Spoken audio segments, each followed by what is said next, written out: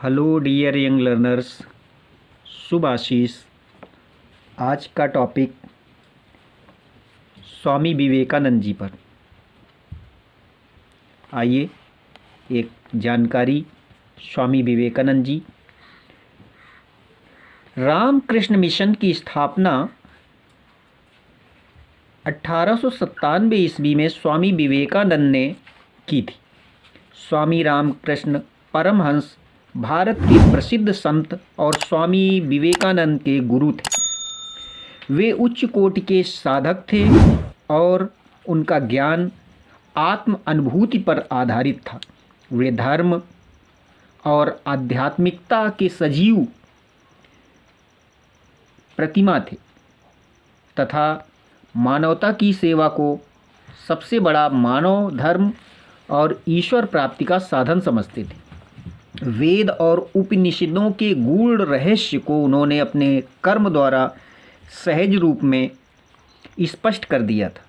स्वामी रामकृष्ण की 1886 ईस्वी में मृत्यु के बाद उनके आदर्श विचारों के प्रचार का कार्य स्वामी विवेकानंद ने किया। स्वामी विवेकानंद का बचपन का नाम नरेंद्र नाथ था। इनका जन्म 1863 ईस्वी में कलकत्ता के एक धनी कायस्थ परिवार में हुआ था। बचपन से ही वे स्वस्थ शरीर के मेधावी छात्र थे। दर्शन शास्त्र में विशेष रुचि के कारण John Stuart Mill, Hume Spencer, Fichte Schopenhauer आदि की कृतियों का अध्ययन किया।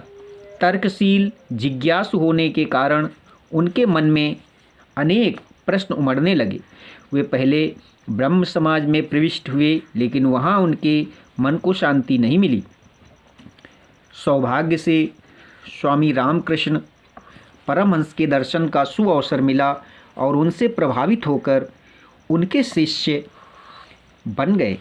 गुरु की कृपा से विवेकानंद की सारी जिज्ञासाएं शांत हुई और उनका आध्यात्मिक व्यक्तित्व निखर उठा।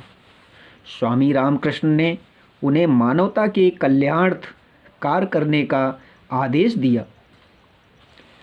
गुरु की इच्छा को स्वामी विवेकानंद ने राष्ट्रीयता एवं गतिशीलता तथा ओजस्विता का अपूर्व समन्वय था।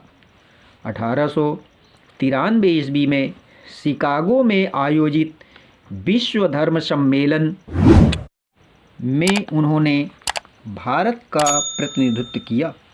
अपने सिद्धांतों का प्रचार करते हुए 4 वर्ष विदेश भ्रमण के पश्चात वे भारत लौटे।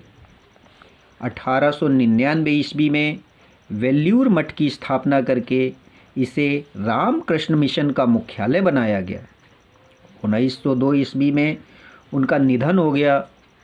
हिंदू धर्म का शाश्वत संदेश, ईश्वर का साक्षात्कार तथा मानवमात्र की सेवा का संदेश विवेकानंद ने विश्व को दिया। इससे विश्व में हिंदू धर्म को बहुत प्रतिष्ठा प्राप्त हुई। विवेकानंद ने देश विदेश में अनेक स्थानों पर रामकृष्ण मठों तथा रामकृष्ण मिशन कार्यालयों की स्थापना भी की। इस तरह से स्वामी विवेकानंद जी हमारे देश का नाम विदेशों में खूब प्रशंसनीय कराया और शिकागो के सम्मेलन में जिस तरह से उन्होंने वहाँ की जनता को संबोधित किया, उसका असर ये हुआ कि वहाँ उनका मान सम्मान और हमारे देश का मान सम्मान बढ़ गया।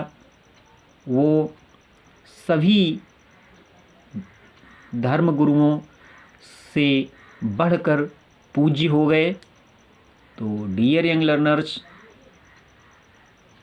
इसी तरह और किसी महापुरुष की जानकारी के विषय में हम आपके साथ फिर से नए वीडियो में नए ढंग से आपको जानकारी देने का प्रयास करेंगे। तब तक नए नए वीडियोस की जानकारी और ज्ञान प्राप्त करने के लिए चैनल को सब्सक्राइब, अपना कमेंट, आप क्या चाहते हैं, किस बारे में जानकारी प्राप्त करना चाहते हैं, कमेंट्स में ये ज़रूर लिखें। सब्सक्राइब करें। डियर यंग लर्नर्स, शुभ आशीष।